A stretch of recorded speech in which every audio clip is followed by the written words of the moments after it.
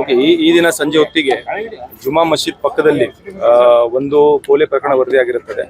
ಅದರಲ್ಲಿ ವಿಕ್ಟಿಮ್ ರಜೀಮ್ ಜಮಾದಾರ್, ಇವನಿಗೆ ಕೆಲವು ದುಷ್ಕರ್ಮಿಗಳು ತಲೆ ಮೇಲೆ ಒಂದು ಸ್ಟೋನ್ ಸ್ಲ್ಯಾಬ್ ಮತ್ತೆ ಗ್ಲಾಸ್ ಪೀಸಸ್ ಸಾರಿಗೆ ಸ್ಪಾಟ್ ಅಲ್ಲಿ ಕಾಣಿಸ್ಕೊಳ್ತಾ ಇದೆ. ತಲೆ ಮೇಲೆ ಹಾಕಿದ್ದಕ್ಕೆ ಇದು ಕೊಲೆ ಆಗಿರೋದು ಮೇಲ್ನೋಟಕ್ಕೆ ಕಲ್ಲೆತ್ತಿ ಹಾಕಿದ್ದು ಮೇಲ್ನೋಟಕ್ಕೆ ಕಂಡು ಬರ್ತಾ ಇದೆ.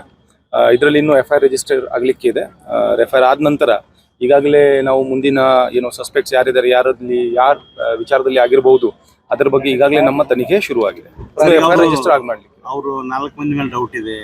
ಅದು ನೋಡಿ, ಅವ್ರು ಕಂಪ್ಲೇಂಟ್ ಕೊಡ್ತಾರೆ. ಕಂಪ್ಲೇಂಟ್ ಪ್ರಕಾರ ನಾವು FIR ರಿಜಿಸ್ಟರ್ ಮಾಡ್ತೀವಿ.